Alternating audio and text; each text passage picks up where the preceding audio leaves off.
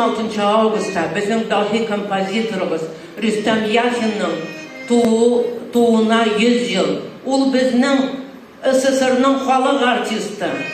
Ol bizning Tatarstan davlat gimnining avtori. Ol birinchi bo'lib bizning tatar muzikasına romans kitirib kiritdi. Onun istaligine men o'zimning yaratgan romansimni Rüstem Yaşin'ni sen qo'ylaydingni jog'dim.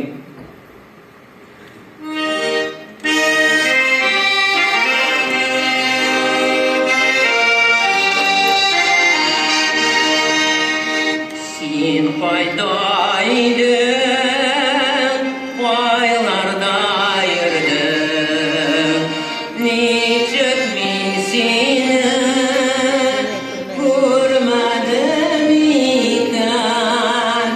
Sen turgan yurtma, seni uğramına nechuk men bilmadim ekan.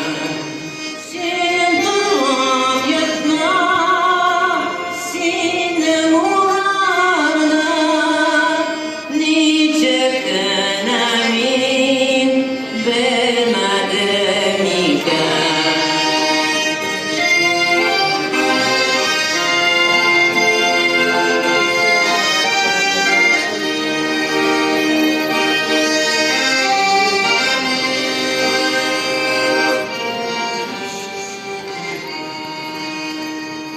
Dünyalar gitti, zor yollar gitti.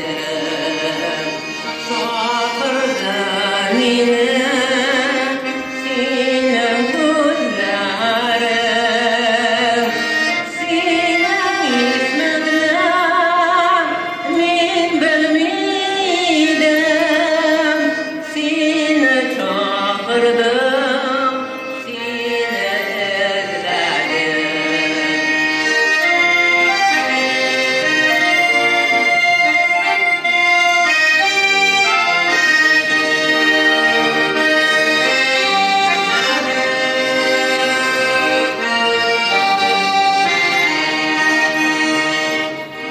Silahına yırlarman diye men yüreğimde bir jır yaratdım.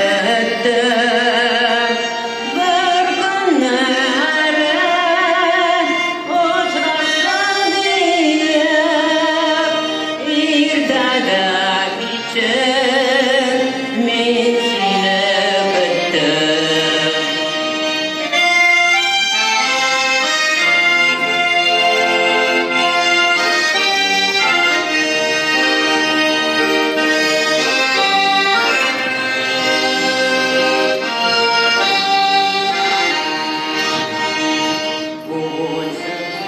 Benim karşıma gidip, minne bilsini